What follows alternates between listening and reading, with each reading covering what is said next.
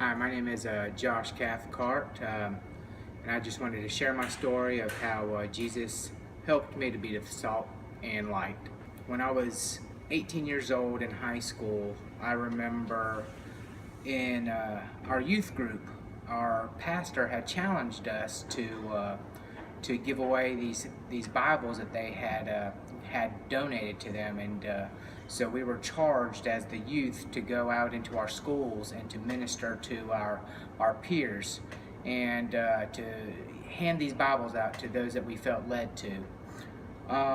As a teenager, I used it more as a social crutch. I used it to kind of give it to my friends and things and people that I felt comfortable giving them to.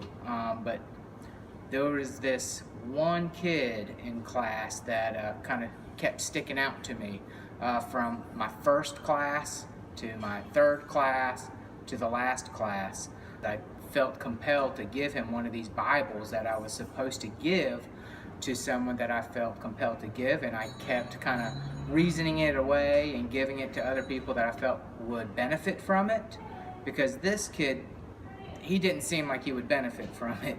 From my point of view, he seemed like he was kind of disconnected from others, so he didn't seem like the stereotypical type of person that fit in my little box. I reasoned my way out of giving him one of those Bibles. So I fast forward to the end of the day. I've given away all of my Bibles. The only Bible that I have left is my Bible that I had from when I was a child. So from when I was 6 years old, this Bible was given to me by my grandparents. And so all these years that I've had this Bible, I've written notes in it. It's become a part of me because I've highlighted it. It's been part of my spiritual journey. Well, the last class of the day, I couldn't fight the urge anymore. The little voice, the still small voice that was inside of my spirit to give this kid a Bible, the voice got louder, and to where as I was walking out of the class, before I could even think about it or reason it away, I gave him my Bible, my childhood Bible.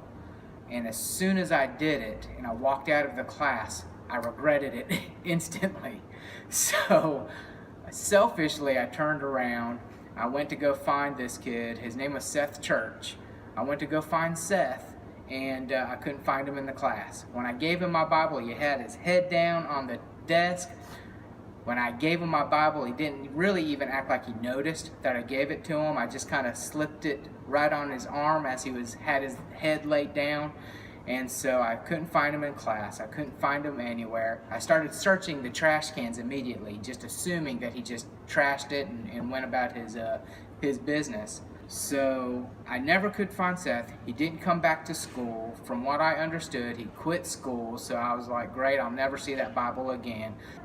Fast forward 5 years. I start working for this catering company. I've been graduated out of high school, working in Chapel Hill. Start working for this catering company, and I hear this guy call my name, Josh, Josh. I turn around and I said, hey, how are you? He said, do you remember me?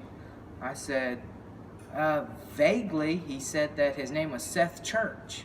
Well, this Seth Church looked completely different from the Seth Church that I knew in high school. So he said, come here, I want to show you something.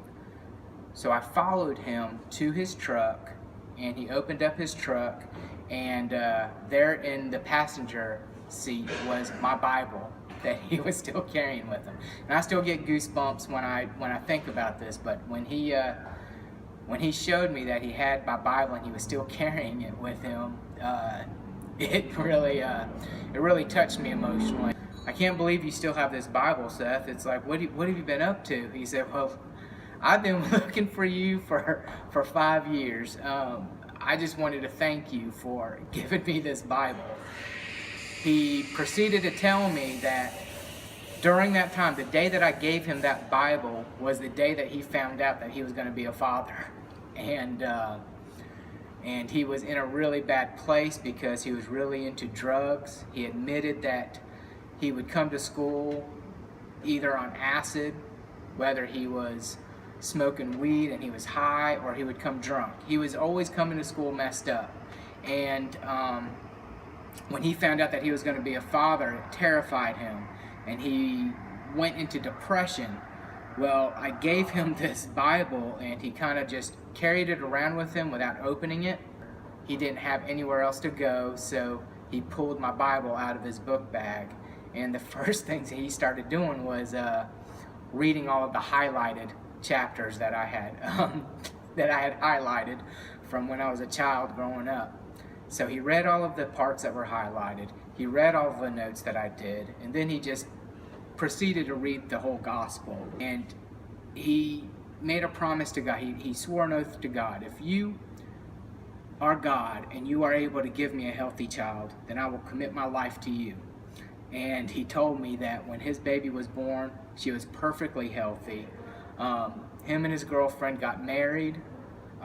They found a church that they're serving in, and it just completely turned his life around. So when he told me this, it just blew me away, because I looked back at my own selfish nature and what was keeping me from being the salt and light, and that still small voice that was inside of me. You know, it's so easy for me to reason with it, negotiate with it, but ultimately I still obeyed, even though it was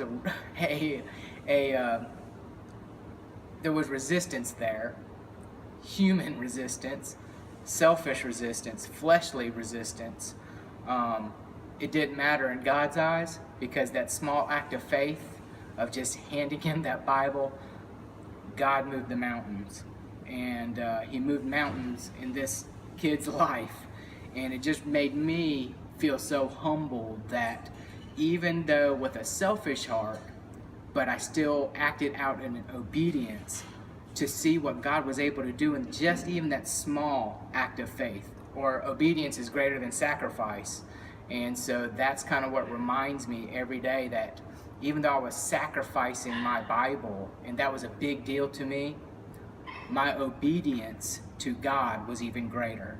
And so to see the kind of miracles that God can work with the smallest acts, it blows me away. And that is the thing that reminds me daily of listening to that still small voice and trying my best to be as obedient as I possibly can.